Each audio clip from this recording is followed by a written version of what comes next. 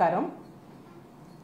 మొన్న 13వ తారీఖున జరిగిన ఎన్నికల్లో జగనన్నకి మద్దతుగా నిలిచిన ప్రజలందరికీ కూడా పేరు పేరున ధన్యవాదాలు తెలియజేస్తూ ఉన్నాను. ముఖ్యంగా మహిళలు, వృద్ధులు, బీసీ, ఎస్సీ, ఎస్టీ, మైనారిటీలు తండోపతండాలుగా తరలి వచ్చి ఉదయం నుంచే క్యూ లైన్లో నిల్చొని జగనన్నకి మద్దతు తెలియజేసి ఓట్లు వేశారు. వాళ్ళందరికీ కూడా ప్రత్యేక అభినందనలు, ధన్యవాదాలు తెలియజేస్తూ ఉన్నాను. మేము ముందు నుంచి కూడా చెప్తూ ఉన్నాం, 2019లో జగనన్న హిస్టరీ క్రియేట్ చేశాడు, 2024 ఎన్నికల్లో దాన్ని రిపీట్ చేయబోతున్నాడని. అది ఖచ్చితంగా నిజమని నిరూపించేట్టుగా ఈరోజు ఎన్నికలు జరిగాయి. అసలు ఓటింగ్ సరళిని చూస్తూ ఉంటే ఉదయానికే వచ్చేసి మహిళలు, వృద్ధులు వీళ్ళందరూ ఎక్కువగా జగనన్న ప్రభుత్వంలో లబ్ధి పొంది ఉన్నారు. కాబట్టి ఇలాంటి ప్రభుత్వాన్ని కాపాడుకోవాలి, మేము మద్దతు తెలియజేయాలి అనే విషయాన్ని ఓటు ద్వారా ప్రూవ్ చేసుకోవాలి అనేసి వాళ్ళు తాపత్రయపడుతూ ఓటు వేయడం జరిగింది. అది క్లియర్గా కనిపిస్తూ ఉంది. ఇప్పుడు తీసుకుంటే 152 ఎమ్మెల్యే నియోజకవర్గాల్లో, 22 ఎంపీ నియోజకవర్గాల్లో మహిళలే ఎక్కువగా ఓటింగ్లో పార్టిసిపేట్ చేశారు. అంటే మహిళల మద్దతు ఈ మహిళా పక్షపాత ముఖ్యమంత్రికి ఎంతగా ఉందో మనం అర్థం చేసుకోవచ్చు. జగనన్న ముఖ్యమంత్రి అయ్యాక 87% కుటుంబాలకి మేలు చేయడం జరిగింది.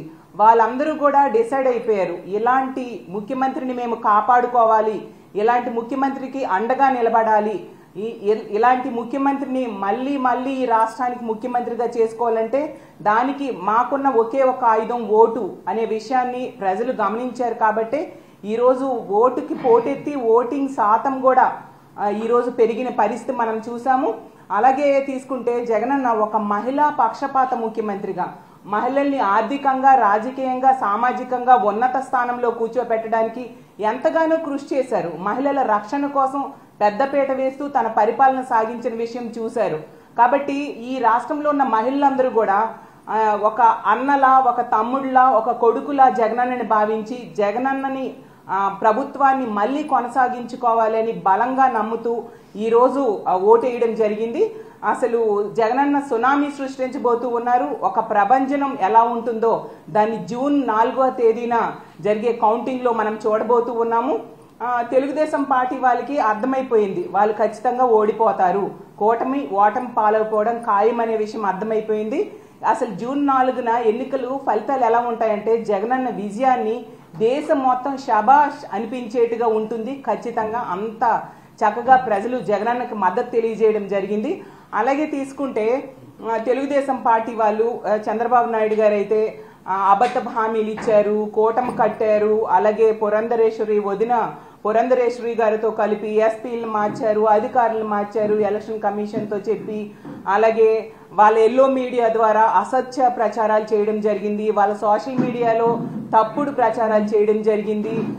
ఎన్ని చేసినా కూడా ప్రజలైతే మాత్రం జగనన్న వెనకే ఉన్నారు. తెలుగుదేశం పార్టీకి ఎవరు ఓట్లు వేయని పరిస్థితి, ఈ కూటమికి ఎవరు ఓట్లు వేయని పరిస్థితి. వన్ సైడ్గా వైఎస్ఆర్ కాంగ్రెస్ పార్టీకి ఓట్లేశారు. సో అసహనానికి గురైపోతూ ఉన్నారు తెలుగుదేశం పార్టీ నాయకులు కానీ, కూటమి నాయకులు కానీ.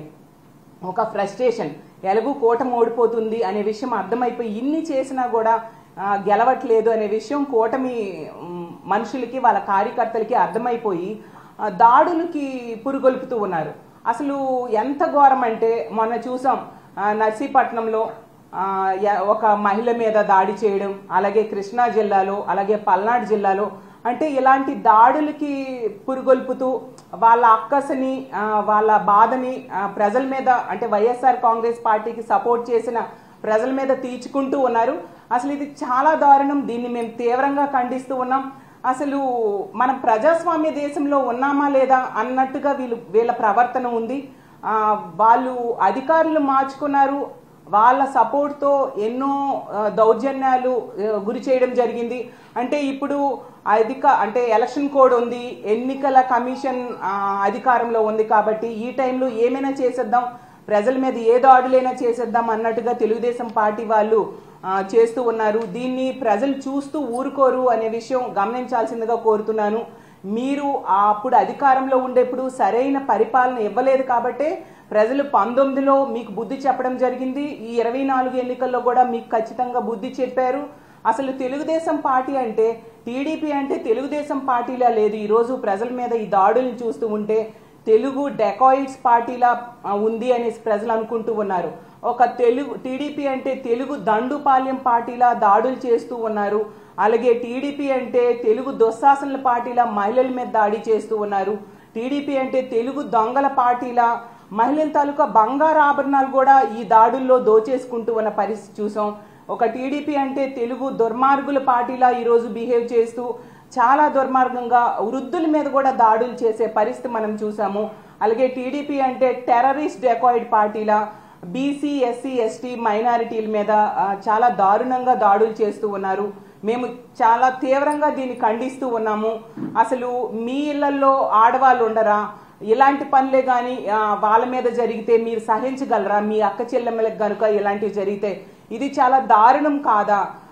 ఇప్పుడు తీసుకోండి, నర్సీపట్నంలో అయ్యన్న పాత్రుడు గారి అనుచరులు ఆమె ధర్మసాగరం, నర్సీపట్నం మండలంలో ధర్మసాగరము గ్రామంలో పాలమూరు రాజకుమారి అనే మహిళ, ఆమె వాలంటీర్గా పనిచేసి ఆమె రిజైన్ చేసేసి వైఎస్ఆర్ కాంగ్రెస్ పార్టీకి సపోర్ట్ చేసింది. జగనన్న వల్ల మేలు పొందింది కాబట్టి సపోర్ట్ చేసింది. అందులో తప్పేముంది? ఇది ప్రజాస్వామ్య దేశం. నచ్చిన పార్టీకి సపోర్ట్ చేసుకోవచ్చు, నచ్చిన వాళ్ళకు ఓటేసుకోవచ్చు. అర్ధరాత్రి ఒంటరి మహిళ మీద ఇంట్లో జ్వరబడి జుట్టు పట్టుకొని ఈడ్చి చెప్పలేని ప్రదేశాల్లో తంతు ఆమెకి ఎంతో బాధించి దుర్మార్గంగా బిహేవ్ చేశారు ఈ తెలుగుదేశం పార్టీ వాళ్ళు. ఎందుకంటే వాళ్ళకి ఓటమి భయం పట్టుకున్న పరిస్థితి మనం చూసాం. అలాగే అడ్డొచ్చింది ఒక వృద్ధ మహిళ, ఆమె చెవిలోవి కూడా లాగేసుకొని ఆమె మీద కూడా దాడి చేయడం జరిగింది. అసలు ఇది ఎంతవరకు సమంజసం? అయిన పత్రిక గారు మీకు ఒకటే చెప్తూ ఉన్నాను, మీకెలాగూ మహిళలంటే గౌరవం లేదు, ఎప్పుడూ మహిళల గురించి చాలా అసభ్యంగా మాట్లాడుతూ ఉన్నారు మీరు. అలాంటి వ్యక్తులు మీ అనుచరులకు అదే సందేశాన్ని ఇస్తూ ఉన్నారా? మరి మీ ఇంట్లో ఆడవాళ్ళు కూడా ప్రచారం చేశారు కదా, మరి వాళ్ళ మీద కూడా ఎలాంటి దాడులు చేయమన్నా మీరు మెసేజ్ ఇస్తూ ఉన్నారు. ఎందుకు మీ అధినేత అయిన చంద్రబాబు నాయుడు గారి కుటుంబంలో కూడా ఆడవాళ్ళు ప్రచారం చేశారు కదా, మరి వాళ్ళ మీద కూడా ఎలాంటి దాడులు చేయండి అని మీరు మెసేజ్ ఇస్తూ ఉన్నారా? ఇలాంటి సందేశాన్ని మీ అనుచరులకి ప్రజలకి మీరు ఇస్తూ ఉన్నారా అని నేను అడుగుతూ ఉన్నాను. అసలు ఇది ప్రజాస్వామ్య దేశం. అసలు మీరు నేను చూశాను చాలాసార్లు పేపర్లలో, ఎన్నికల టైంలో పేపర్లలో, సోషల్ మీడియాలో 10 సార్లు కంటెస్ట్ చేస్తున్నారు అయ్యన్న పాత్రుడు గారు, ఓ సీనియర్ అనేసి అనుకుంటూ. అంటే మీ సీనియారిటీ ఒక ఒంటరి మహిళ మీద దాడి చేయడానికి ఉపయోగించారా? ఇదా మీ హీరోయిజం అని నేను అడుగుతూ ఉన్నాను. ఎంత దారుణంగా మీరు దిగజారిపోవాలా ఓట్ల కోసం? అంటే మీకు ఎగ్నిస్ట్ చేశారు అని చెప్పి ఎంత దారుణంగా మీరు దిగజారిపోయారా? ఎంత సీనియర్ అని చెప్పుకుంటారు కదా, మీ జూనియర్స్కి మీరు ఇదే నా సందేశం ఇస్తూ ఉన్నారని నేను అడుగుతూ ఉన్నాను. అలాగే తీసుకుంటే ఆ కృష్ణా జిల్లాలో గన్నవరం నియోజకవర్గంలో ఉంగటూరు మండలంలో ఆత్కూరులో వేముల సంధ్యారాణి అనే మహిళ, ఆమె చేసిన పాపం ఏమీ లేదు, వైఎస్ఆర్ కాంగ్రెస్ పార్టీకి ఓటేసింది అంతే. ఆమెకైతే ట్రాక్టర్తో ఏకం తొక్కించి చంపేద్దామని చూశారు తెలుగుదేశం పార్టీ రౌడీ మోకలు. ఎంత దారుణం! అంటే మహిళలంటే అంత చిన్న చూపా మీకు? అంత చులకన భావమా? ఆడది అబల కాదు సబల అనే విషయం మీరు తెలుసుకోక ఇలాంటి పనులు చేస్తూ ఉన్నారు. కానీ ఈ రాష్ట్రంలో ఉన్న మహిళలందరూ కూడా ఒక సబల ఏం చేస్తుందో దాని ఓటు రూపంలో చేసి చూపించారు. రానున్న ఓటింగ్ టైంలో మీరు దాన్ని చూస్తారు ప్రత్యక్షంగా. అలాగే తీసుకుంటే పల్నాడు జిల్లాలో గురజాల కాన్స్టిట్యున్సీలో కొత్త గణేశన్పాడు గ్రామంలో అయితే బీసీ, ఎస్సీ మహిళలకి 24 గంటలు బంధించి మరీ దాడి చేయడం జరిగింది. అసలు ఆ మహిళలు అయితే గుడిలోకి వెళ్ళి దాక్కున్నారు. వాళ్ళు చేసిన పాపం కూడా ఏం లేదు, వైఎస్ఆర్ కాంగ్రెస్ పార్టీకి ఓట్లు వేశారు. అంటే వైఎస్ఆర్ కాంగ్రెస్ పార్టీకి ఎవరు ఓట్లు వేస్తే వాళ్ళ మీద ఇలా దాడులు చేసేస్తారా? అసలు ఎంత దారుణం! మీరు ఎంతగా దిగజారిపోయి తెలుగుదేశం పార్టీ వాళ్ళు ఎందుకు ప్రవర్తిస్తూ ఉన్నారో అర్థం కాని పరిస్థితి రాష్ట్రంలో నెలకొని ఉంది. అలాగే తీసుకుంటే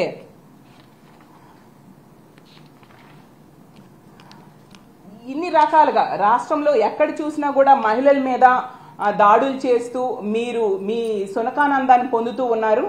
మెయిన్ కారణం ఏంటంటే తెలుగుదేశం పార్టీ కూటమి ఓడిపోతుంది, అందుకు ఫ్రస్ట్రేషన్కి లోనే ఇలాంటి పనులు చేస్తూ ఉన్నారు.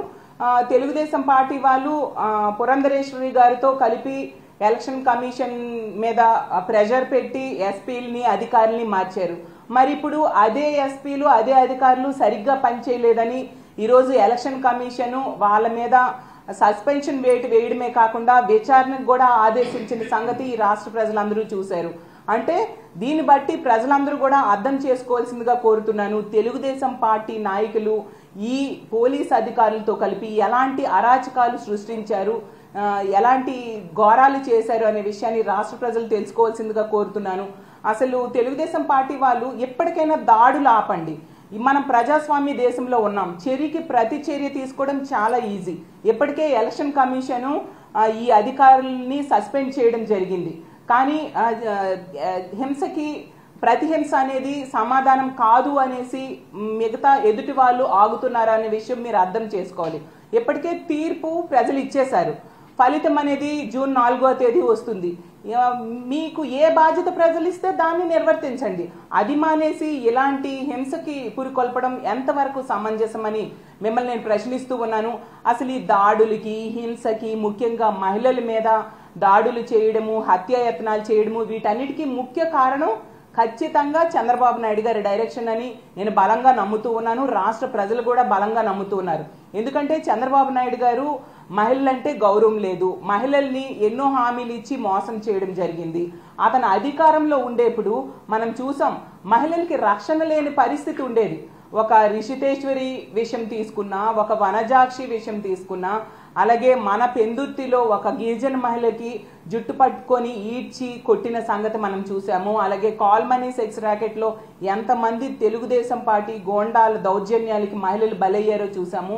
అలాగే ఏకం చంద్రబాబు నాయుడు గారు అతను స్వయంగా కోడలు మగబిడ్డను కంటానంటే అత్త వద్దంటుందా అని ఆడపిల్ల పుట్టుకునే అవహేళన చేసిన వ్యక్తి అతని దగ్గర మహిళలకి ఏం గౌరవం ఉంటుంది, మహిళలకి ఏమి రక్షణ ఉంటుంది, ఆ విషయం మహిళలకు కూడా తెలుసు. కాబట్టి 2019లో గట్టిగా బుద్ధి చెప్పడం జరిగింది.